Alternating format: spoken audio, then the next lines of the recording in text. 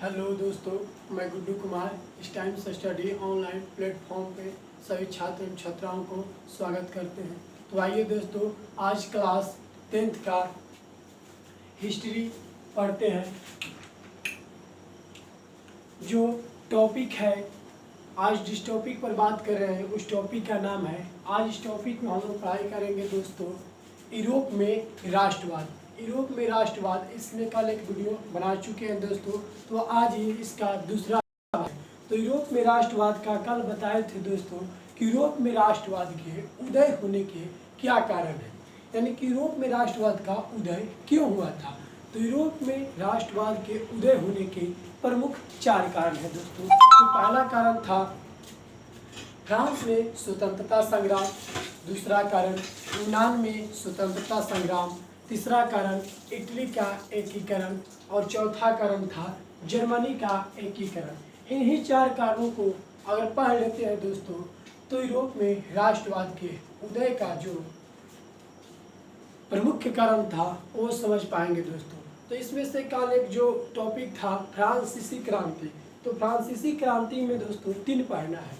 एक है 1789 की क्रांति, दूसरा है 1830 की क्रांति और तीसरा है 1848 की क्रांति। तो दोस्तों कल हम लोग पिछले वीडियो में पढ़ चुके हैं 1789 की क्रांति। तो आज उसका अगला पार्ट चालू करते हैं दोस्तों 1830 की क्रांति और एक 1848 की क्रांति। तो ये फ्रांस की क्रांति जब ये पढ़ लेते हैं तीनों, तो फ्रांस में जो स्वतंत्रता संग्राम हुआ था, जो क्रांति हुआ था, वो खत्म हो जाएगा दोस्तों। तो आज बात करते हैं 1830 की क्रांति। जानते हैं दोस्तों 1830 की क्रांति फ्रांस में क्यों हुआ, उस समय वहाँ का राजा कौन था और क्या ऐसा वहाँ पर परिस्थिति आ गया कि 1830 की क्रांति हो गया था। तो आज इसी पर चर्चा करते हैं दोस्तों। 1830 की क्रांति समय, उस समय वहाँ का राजा चार्ल्स दसम जी थे, जो बहुत ही अत्याचारी निरंकुशवादी थे। वो जनता पर तरह तरह के दिए हुए थे और जनता से समय से बोलते थे कि आप लोग कर दीजिए, आप लोग का उत्पादन हो या न हो, उस राजा को इससे मतलब नहीं था। वो राजा साहब सिर्फ बोलते थे कि हमको कर चाहिए और वो भी समय पर। और उस समय जब वो राजा थे वहाँ के फ्रांस में, तो लोकतंत्र की स्थापना वहाँ पर नहीं होना देना चाहते थे। यानी बोलते थे कि जब तक हम रहेंगे हमारे जीते जी यहाँ पर लोकतंत्र की स्थापना नहीं होगा। यानी कि वो बोलते थे कि जब तक हम शासन करेंगे यहाँ पर लोकतंत्र की स्थापना नहीं होगा। और अपने शासन काल में ही एक वहाँ का प्रधानमंत्री नियुक्त कर देते हैं, जिनका नाम था पोलगेने, जो चार्ल्स दसम से भी ज़्यादा अत्याचारी निरंकुशवादी था। चार्ल्स दसम अगर 10 रुपया में 1 रुपया कर लेते थे, 1 रुपया कर लेते थे, तो जो दूसरा व्यक्ति बने थे पोलगेने जी, वो बोले कि नहीं, हम 10 रुपया में 9 रुपया कर लेंगे। यानी कि चार्ल्स दसम से 10 गुना ज़्यादा अत्याचारी राजा को नियुक्त किए थे, जिनका नाम था पोलगेने। और जब ये हैं फ्रांस में, जब गद्दी पर बैठते हैं, तो वहाँ की जनता पर तरह तरह के कर लाद देते हैं और बोलते हैं कि समय से हमको कर चाहिए, और वहाँ की जनता अब त्राहिमाम करने लगती है। चार्ल्स दसम से भी ज़्यादा ये अत्याचार कर रहे थे, निरंकुशवादी थे, और वहाँ की जनता त्राहिमाम करने लगती है। और इसी के चलते जून 1830 ईस्वी में वहाँ पर गृह युद्ध हो जाता है। यानी कि आपस में लोग लड़ जाते हैं, यानी कि भाई को मारने लगता है, पिता अपने पुत्र को मारने लगता है, बहन अपने भाई को मारने लगती है। यानी कि आपस में एक गृह युद्ध हो जाता है। और यही गृह युद्ध आगे चलकर 1830 की क्रांति के नाम से प्रसिद्ध हो जाता है, जो फ्रांस में ये घटना घटा था। तो ये था दोस्तों 1830 ईस्वी का क्रांति। यहाँ पर दोस्तों 1830 ईस्वी की क्रांति लिख कर भी समझा दिए हैं। 1830 ईस्वी की क्रांति क्या था, तो उस समय वहाँ का राजा चार्ल्स दसम जी थे। उस समय फ्रांस का राजा कौन थे, चार्ल्स दसम थे, जो बहुत ही अत्याचारी थे एवं निरंकुशवादी थे। अत्याचारी भी थे, निरंकुशवादी थे, यानी कि लोगों पर अत्याचार कर रहे थे। उसने फ्रांस में गणतंत्र का निर्माण नहीं होना देना चाहते थे। ये बोलते थे कि हमारे जीते जी फ्रांस में गणतंत्र की स्थापना नहीं होगा, गणतंत्र के निर्माण नहीं होगा, चाहे कुछ भी हो जाए। ये बोल रहे थे कि जब तक हम जिएंगे यहाँ पर तब तक गणतंत्र का निर्माण नहीं होने देंगे, और अपने शासन काल में लोकतंत्र में बाधा उत्पन्न कर रहे थे। ये बोल रहे थे कि हम जब तक रहेंगे यहाँ पर नहीं लोकतंत्र रहेगा और नहीं ही गणतंत्र की स्थापना होने देंगे। यहाँ पर सिर्फ शासन चलेगा तो सिर्फ मेरा ही शासन चलेगा, जो हम कहेंगे वही जनताओं को मानना होगा, जो हम बात कहेंगे वही सभी जनता को यहाँ पर स्वीकार करना होगा। यानी कि एक तरह से ये बोल रहे थे कि जो हम कहेंगे वही जनता को मानना पड़ेगा। यानी कि यहाँ पर कोई लोकतंत्र नहीं होगा, कोई गणतंत्र नहीं होगा। सब कौन है? तो सब सिर्फ सबका मालिक हम हैं। जो हम कहेंगे वही सभी व्यक्तियों को मानना पड़ेगा। और यही कारण था कि जो चार्ल्स दसम जी थे वहाँ पर लोकतंत्र में बहुत बड़ा बाधा उत्पन्न कर रहे थे, लोकतंत्र में बाधा उत्पन्न कर रहे थे। उसने अपने शासन काल में वहाँ का एक पीएम नियुक्त करते हैं। यानी कि अपने शासन काल में जो अपने पद पर थे तभी एक वहाँ का एक राजा नियुक्त करते हैं, एक पीएम नियुक्त करते हैं, जिसका नाम था पोलगेने, जिसका नाम था दोस्तों पोलगेने। यह चार्ल्स दसम से भी ज्यादा निरंकुशवादी, यानी कि जो पोलगेने के साथ थे वो चार्ल्स दसम से भी ज्यादा निरंकुशवादी एवं अत्याचारी थे। जितना वहाँ की जनता को परेशान चार्ल्स दसम जी नहीं थे, उससे कहीं ज्यादा पोलगेने जी वहाँ के जनता को परेशान कर दिए। और इसने फ्रांस की जनता को बहुत ही ज्यादा परेशान कर दिए, वहाँ की जनता को बहुत विवश कर दिए थे, और वहाँ की जनता काफी अब परेशान हो चुकी थी। इसी वजह से फ्रांस में जून 1830 ईस्वी में यही कारण था कि जून 1830 ईस्वी में वहाँ पर गृह युद्ध हो जाता है। वहाँ पर गृह युद्ध हो जाता है, यानी गृह युद्ध का अर्थ हुआ कि आपस में लोग लड़ रहे थे।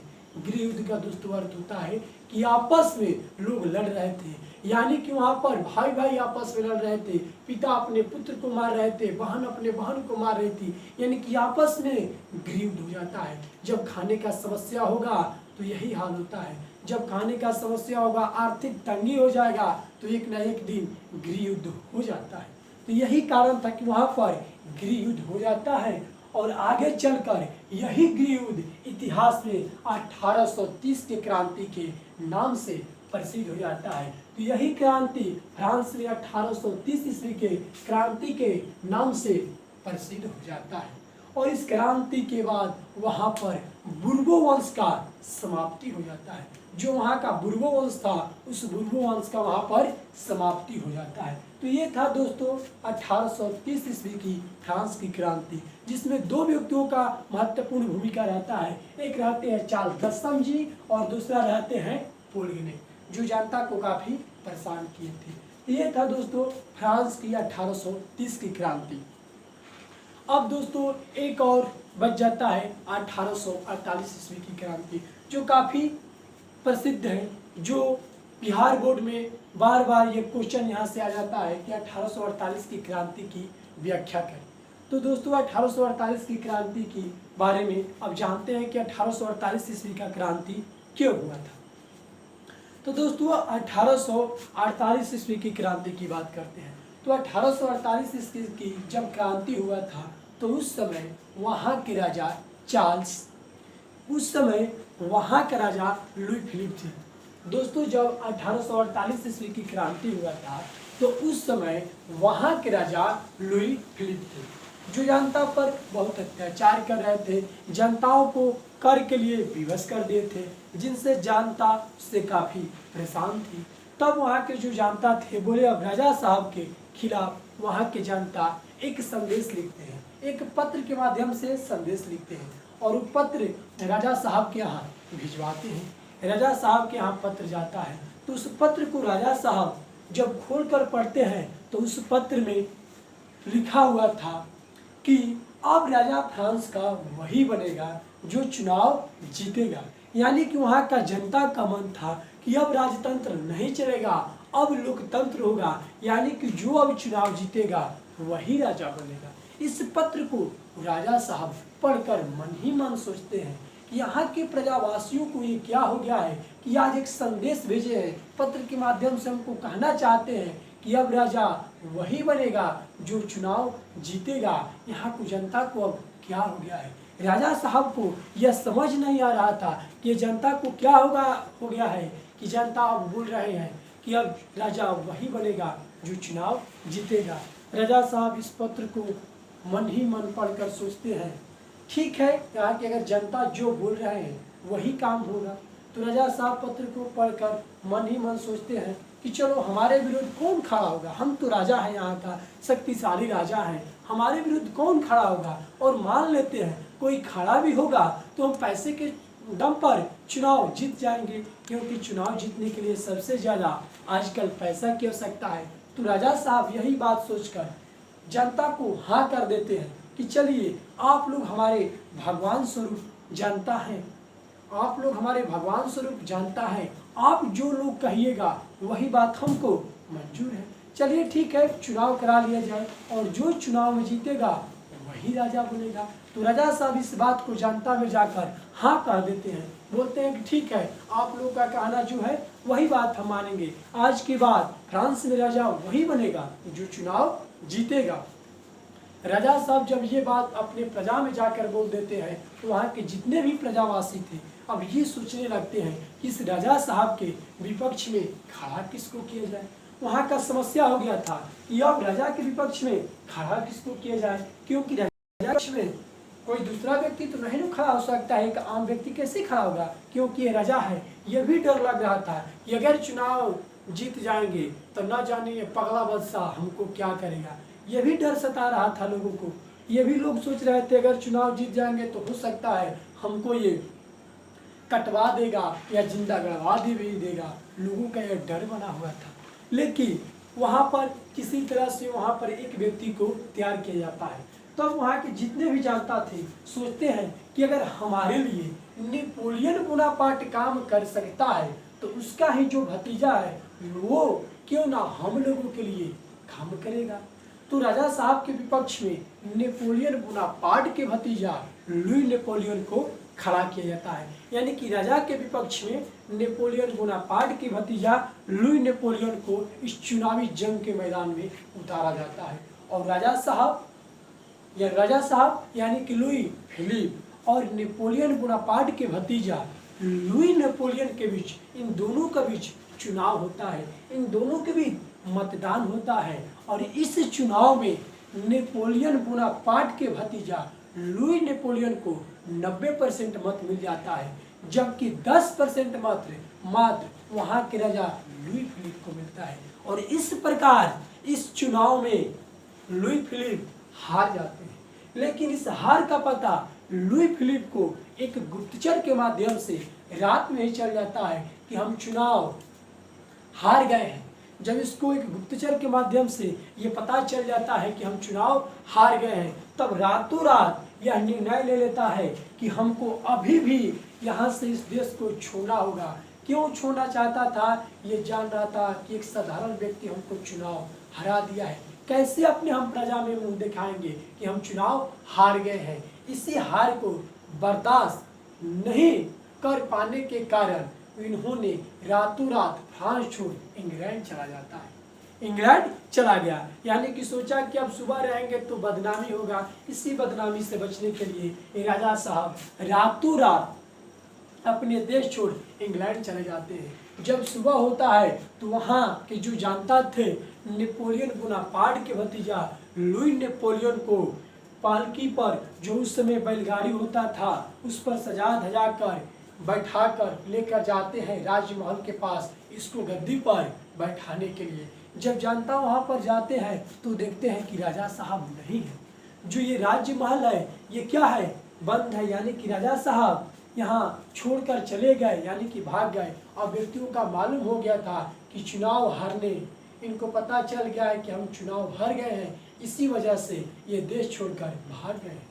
तब वहाँ के जनता नेपोलियन बोनापार्ट के भतीजा लुई नेपोलियन को गद्दी पर सामान के साथ बैठा देते हैं और गद्दी पर बैठते ही नेपोलियन बोनापार्ट के भतीजा लुई नेपोलियन वहाँ पर समाज में एक क्रांति लाता है। और यह जो समाज में क्रांति लाया था, यह क्रांति मार धार वाली क्रांति नहीं था दोस्तों, यह क्रांति समाज में परिवर्तन लाने वाला क्रांति था। यानी गद्दी पर बैठता है तो समाज में एकदम परिवर्तन ला देता है, सभी व्यक्तियों के लिए सामान्य कार्य करता है, सभी व्यक्तियों को भलाई के लिए कार्य करता है और इतना परिवर्तन वहाँ पर ला देता है कि जितने भी फ्रांस के जनता थे सब सुखी सुखी अपना जीवन व्यतीत करने लगते हैं। और यही क्रांति आगे चलकर 1848 की क्रांति के नाम से इतिहास में प्रसिद्ध हो जाती है। और इस क्रांति को रक्तहीन क्रांति बोला जाता है, इस क्रांति को रक्तहीन क्रांति बोला जाता है।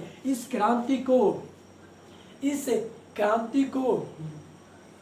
क्रांति में बोला जाता है दोस्तों कि रक्त का एक बूंद कतरा भी नहीं गिरा था। यानी कि इस क्रांति को अनेक नामों से जाना गया इतिहास में और यही 1848 की क्रांति के नाम से प्रसिद्ध हो गया दोस्तों।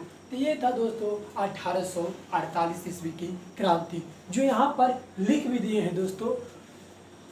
1848 ईस्वी की क्रांति, 1848 ईस्वी की क्रांति के समय वहाँ का राजा लुई फिलिप थे। वहाँ के राजा कौन थे? लुई फिलिप थे। तो 1848 की क्रांति के समय वहाँ का राजा लुई फिलिप था। वह जनता को काफी परेशान कर रहा था। जो लुई फिलिप थे वो जनता को काफी परेशान कर रहे थे और इससे जनता तंग होकर, इस जो परेशान कर रहा था इससे जनता तंग हो गए थे। कोई भी व्यक्ति किसी व्यक्ति को बार बार टर्चर करेंगे तो व्यक्ति परेशान तो हो जाएगा, ये मामूली सी बात है। तो वहाँ के जो जनता थे इनसे क्या हो गए थे? तंग हो गए थे। तब तंग होकर इसके खिलाफ एक पत्र लिखते हैं। जो यहाँ के जनता थे इससे तंग होकर एक पत्र लिखते हैं। उस पत्र में लिखा जाता है कि अब राजा, जो जनता वहाँ के हैं बोलते हैं कि अब राजा वही बनेगा जो चुनाव जीतेगा। यानी कि इनडायरेक्टली वहाँ के जनताओं का कहना था कि यह फ्रांस में राजतंत्र नहीं रहेगा, फ्रांस में क्या रहेगा? लोकतंत्र रहेगा। लेकिन वहाँ के जो जनता थे डायरेक्ट नहीं बोलते हैं, इनडायरेक्ट बोलते हैं कि अब राजा वही बनेगा जो चुनाव जीतेगा। लुई फिलिप इस पत्र को, जो लुई फिलिप साहब थे, इस पत्र को पढ़कर मन ही मन सोचते हैं, मन ही मन क्या करते हैं? सोचते हैं कि हमारे विरुद्ध ये मन ही मन सोचते हैं कि अब जनता को क्या हो गया है कि जनता बोल रहे हैं कि अब राजा वही बनेगा जो चुनाव जीतेगा। और राजा साहब इस पत्र को मन ही मन सोचते हैं कि हमारे विरुद्ध कौन खड़ा होगा, हमारे विरुद्ध कौन खड़ा होगा। अगर खड़ा भी होगा तो पैसा के दम पर हम चुनाव जीत जाएंगे। राजा साहब को ये घमंड था, अभी भी घमंड था राजा साहब को कि अगर हमारे विरुद्ध कोई खड़ा भी होगा तो पैसा के दम पर हम चुनाव जीत जाएंगे। राजा साहब को ये लग रहा था कि पैसा के दम पर हम चुनाव जीत जाएंगे। और यही सब बात सोचकर उन्होंने जनता को बोला कि ठीक है, जो चुनाव जीतेगा वही राजा बनेगा। यही बात को राजा साहब सोचकर बोलते हैं कि ठीक है, आप लोग हमारे लिए भगवान हैं, आप लोग जो कहिएगा ठीक है, चलिए अब राजा वही बनेगा जो चुनाव जीतेगा। हाँ कर देते हैं। और इसके विपक्ष में, यानी कि इस राजा साहब के विपक्ष में नेपोलियन बोनापार्ट के भतीजा लुई नेपोलियन बोनापार्ट के भतीजा लुई नेपोलियन को खड़ा किया जाता है। और दोनों के बीच, इन दोनों व्यक्तियों के बीच मतदान होता है या चुनाव होता है। और इस चुनाव में 90% मत, इस चुनाव में 90% मत लुई नेपोलियन को मिलता है। लुई नेपोलियन को यहाँ 90% मत मिल जाता है तथा 10% मात्र लुई फिलिप साहब को मिलता है। और इस प्रकार यह चुनाव हार जाते हैं, ये राजा साहब चुनाव हार जाते हैं। और राजा साहब को इस बात का पता एक गुप्तचर के माध्यम से चल जाता है कि हम चुनाव हार गए हैं। और इसी कारण ये रातों रात निर्णय ले लेते हैं कि अब हम इस देश में नहीं रहेंगे और रातों रात फ्रांस छोड़ इंग्लैंड चले जाते हैं। जब सुबह होता है तो वहाँ की जनता जो पार्टी चुनाव जीते थे, यानी कि नेपोलियन बोनापार्ट के भतीजा लुई नेपोलियन को राजा साहब के राजमहल के पास लेकर जाते हैं। देखते हैं कि राजा साहब नहीं है, तब नेपोलियन बोनापार्ट के भतीजा लुई नेपोलियन को आदर सम्मान के साथ उस राजगद्दी पर, उस आसन पर बैठा दिया जाता है और गद्दी पर बैठते ही नेपोलियन बोनापार्ट के भतीजा लुई नेपोलियन वहाँ के समाज में क्रांति ला देता है और यह क्रांति समाज में परिवर्तन लाने वाली क्रांति थी। यह जो क्रांति था समाज में परिवर्तन लाने वाली क्रांति थी और उससे जो फ्रांस का स्थिति था काफ़ी ठीक हो जाता है। और इस क्रांति में बोला जाता है कि रक्त का एक बूंद कतरा नहीं गिरा था, यानी कि ये जो युद्ध हुआ था इसमें मारकाट नहीं हुआ था, इसलिए इस क्रांति को बोला जाता है कि ये रक्तहीन क्रांति था। इस क्रांति में रक्त का एक बूंद कतरा नहीं गिरा था। यह समाज में परिवर्तन लाने वाली क्रांति थी और यही क्रांति इतिहास में 1848 ईस्वी की क्रांति के नाम से प्रसिद्ध हो जाता है। तो ये था दोस्तों फ्रांसीसी क्रांति कि जो 3 बताए थे। 1789 की क्रांति जो कल वीडियो में पढ़ा चुके हैं दोस्तों। आज जो ये 2 था 1830 की क्रांति और 1848 की क्रांति। तो ये दोनों दोस्तों क्रांति खत्म हो गया, यानी कि यूरोप में राष्ट्रवाद का पहला कारण दोस्तों खत्म हो गया जो था फ्रांसीसी क्रांति। तो इसका अगले वीडियो में दोस्तों बताएंगे कि यूरोप में राष्ट्रवाद का दूसरा कारण क्या था, उस पर दोस्तों चर्चा किया जाएगा अगले वीडियो में दोस्तों। तो आज के लिए इतना ही दोस्तों। अगर वीडियो दोस्तों अच्छा लगे तो इस वीडियो को लाइक कीजिए, सब्सक्राइब कीजिए और अपने दोस्तों में शेयर कीजिए दोस्तों। तो आज के लिए इतना ही दोस्तों, धन्यवाद।